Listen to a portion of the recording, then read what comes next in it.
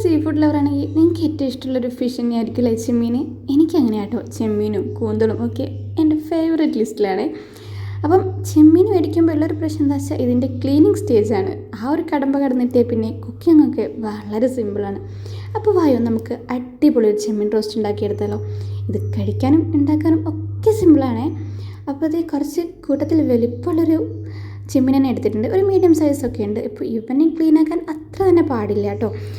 നമ്മുടെ കുഞ്ഞൻ ചെമ്മീനാണ് കഴിക്കാൻ ഏറ്റവും ടേസ്റ്റ് എനിക്ക് തോന്നിയിട്ടുള്ളത്. പക്ഷേ അവന് നന്നാക്കി എടുക്കാൻ കുറച്ച് പാടായതുകൊണ്ട് ഇവനെ കണ്ടാൽ പിന്നെ ഞാൻ ഇവനെയാണ് മേടിക്കാറുള്ളത്. അപ്പോൾ നമ്മൾ നന്നായി ക്ലീനാക്കി എടുത്തിട്ടുണ്ട്. ഇനി ഇതിലേക്ക് നമ്മുടെ മസാലപ്പൊടികളൊക്കെ ആഡ് ചെയ്യാം. ചെമ്മീൻ റോസ്റ്റ് ചെയ്തെടുക്കുമ്പോൾ ഞാൻ സാധാരണ മീനുകളൊക്കെ അപ്പ് ചെയ്യുന്നതിനേക്കാട്ടിലും കുറച്ച് മസാല ചേർക്കാറ് കേട്ടോ. ഒരു 1/2 ടീസ്പൂൺ മഞ്ഞൾപ്പൊടിയും കുറച്ച് ഉപ്പും പിന്നെ ഒരു 1.5 ടീസ്പൂൺ മുളകും പൊടിയും കൂടെ ചേർത്ത് കൊടുക്കുന്നല്ലേ. വേറെ മസാലകളൊന്നും നമ്മൾ ആഡ് ചെയ്യുന്നില്ല. അപ്പം ഇത് നന്നായിട്ട് മിക്സ് ചെയ്ത് വെക്കാം കേട്ടോ.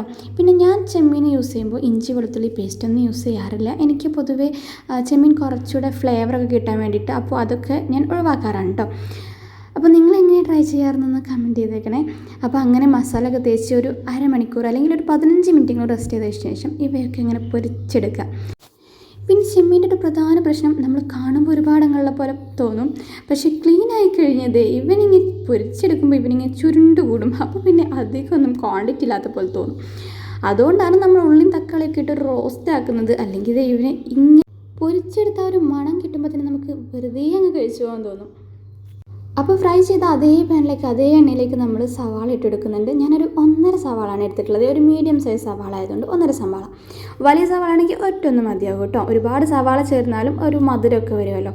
അപ്പം ഞാൻ ഇതിലേക്ക് കുറച്ച് തക്കാളി ആഡ് ചെയ്യുന്നുണ്ട്. ഒരു വലിയൊരു തക്കാളിയായിരുന്നു, അതിൻ്റെ ഒരു പകുതി തക്കാളിയും കൂടെ ആഡ് ചെയ്തെടുക്കുന്നുണ്ട്. ഇതും കൂടെ നന്നായിട്ടൊന്ന് മിക്സ് ചെയ്തെടുക്കണം. പിന്നെ ഇതിലേക്ക് ഞാൻ അധികം മസാലകളൊന്നും ചേർത്ത് കൊടുക്കുന്നില്ല. കുറച്ച് കുരുമുളക് പൊടി, ഒരു 1/2 ടീസ്പൂണോളം കുരുമുളക് പൊടി മാത്രമേ ചേർത്തെടുക്കുന്നുള്ളൂ. നിങ്ങൾക്ക് നല്ല എരിവ് വേണമെങ്കിൽ കുറച്ചും കൂടെ സ്പൈസസ് ആയിട്ട് എന്തെങ്കിലുമൊക്കെ ആഡ് ചെയ്ത് കൊടുക്കാം കേട്ടോ. മുളക് പൊടിയോ കുരുമുളക് പൊടിയോ കുറച്ചുകൂടെ ആഡ് ചെയ്ത് കൊടുക്കാം. അങ്ങനെ അതൊക്കെ ഒന്ന് വഴന്ന് വരുന്ന സമയത്ത് നമുക്ക് ചെമ്മീനും കൂടെ ഇട്ടൊന്ന് നന്നായിട്ടൊന്ന് മിക്സ് ചെയ്തെടുക്കാം. ഇപ്പോൾ ഇവർ തമ്മിൽ വലിയൊരു കണക്ഷൻ ഇല്ലാത്ത പോലെ തോന്നുന്നില്ലേ?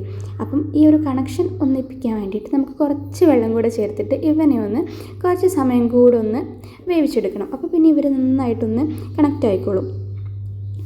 അപ്പോൾ ഒരു 5 മിനിറ്റും കൂടെ നമ്മൾ ഈ രീതിയിലൊന്ന് വേവിച്ചെടുക്കണേ.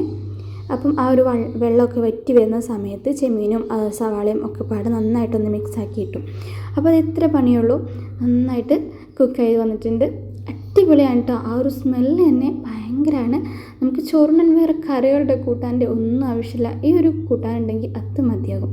അപ്പം നിങ്ങളെല്ലാവരും എങ്ങനെയാണ് ചെമ്മീൻ മസാല ഉണ്ടാക്കുകയെന്ന് ഒന്ന് കമൻറ്റ് ചെയ്യണം. എനിക്ക് ഏറ്റവും ഇഷ്ടം ഇത് വളരെ സിമ്പിളായിട്ട് ഈ രീതിയിൽ കുക്ക് ചെയ്യുന്നതാണ് കേട്ടോ. അപ്പോൾ വീണ്ടും മറ്റൊരു വീഡിയോ ആയിട്ട് കാണാം. Okay, by.